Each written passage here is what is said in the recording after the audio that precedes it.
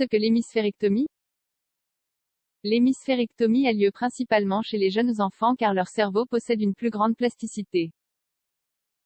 L'hémisphère cérébral sain peut donc assumer de nombreuses tâches que réalisait l'hémisphère retiré. L'hémisphérectomie est une intervention chirurgicale effectuée pour traiter divers troubles compulsifs. On la pratique lorsque ce type de maladie ne réagit pas correctement à un autre type de traitement moins radical. Tout indique que la première hémisphérectomie a été pratiquée sur un chien en 1888. La première référence de cette intervention chez l'être humain date de 1923. Dans les années 60 et 70, on a réalisé plusieurs interventions de ce type, mais elles ont eu des résultats peu encourageants.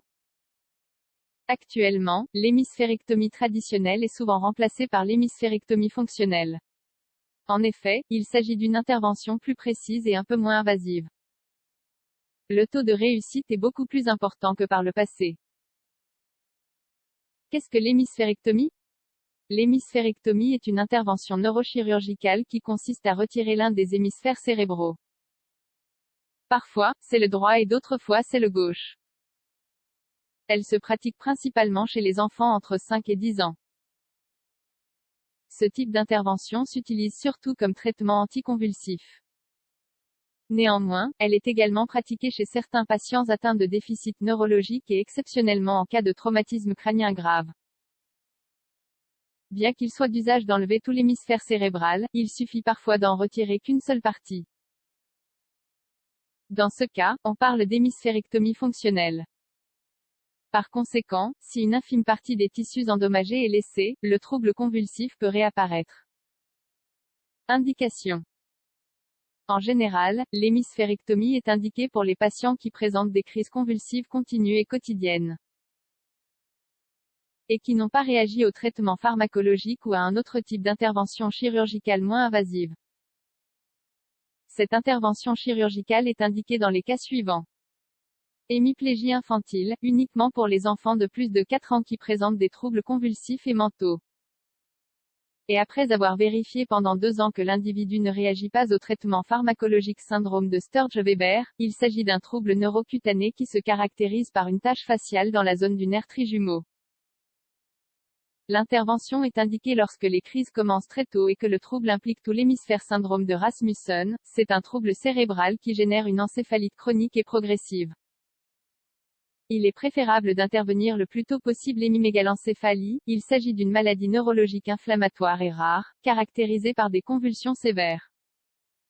L'opération, dans ce cas, est encore une source de débat. Anomalie du développement cortical, uniquement lorsque les malformations hémisphériques sont unilatérales caractéristiques des méthodes d'intervention. Il existe 4 interventions concernant l'hémisphérectomie. Mais dans chacune d'elles, le succès dépend du contrôle de l'hémostase. Voici les autres méthodes. Hémisphérectomie anatomique, hémidécortication, hémisphérectomie fonctionnelle modifiée. L'intervention typique se réalise sous anesthésie générale. Elle commence tout d'abord par le rasage de la tête et la démarcation des lignes d'incision. Ensuite, on procède au coupage puis la dure-mère est exposée et retirée pour voir le cerveau. Lorsque le cerveau est visible, la partie qui va être enlevée est marquée. Puis on la retire, on cautérise les vaisseaux sanguins et on place un drain. Enfin, la procédure inverse est effectuée. À savoir, la dure-mère, les os et le cuir chevelu sont remis à leur place. L'incision est recousue avec des agrafes. Le postopératoire de l'hémisphérectomie. Ce type de postopératoire est très douloureux. Généralement, le tube du drain reste en place pendant 3 ou 4 jours puis on évalue son éventuel retrait. Toutefois, avant de le retirer, il est très important d'effectuer des tests diagnostiques du cas afin d'évaluer s'il y a des saignements ou hémorragies. Les principales complications immédiates lors du post-opératoire sont liées à l'instabilité hémodynamique, à l'hypothermie et à l'hypo- ou l'hyperkaliémie. Normalement, cela se contrôle avec succès dans l'unité des soins intensifs. On considère l'apparition de convulsions au début de la période post-opératoire comme une complication grave. L'hydrocéphalie survient dans presque la moitié des cas et quasiment tous les patients développent une méningite aseptique. Par ailleurs, le taux de mortalité oscille entre 4% et 6%. Enfin, entre 70 et 85% des patients subissant une hémisphérectomie réussissent à maîtriser leur crise de convulsion. Environ 10 à 20% améliorent significativement leur qualité de vie.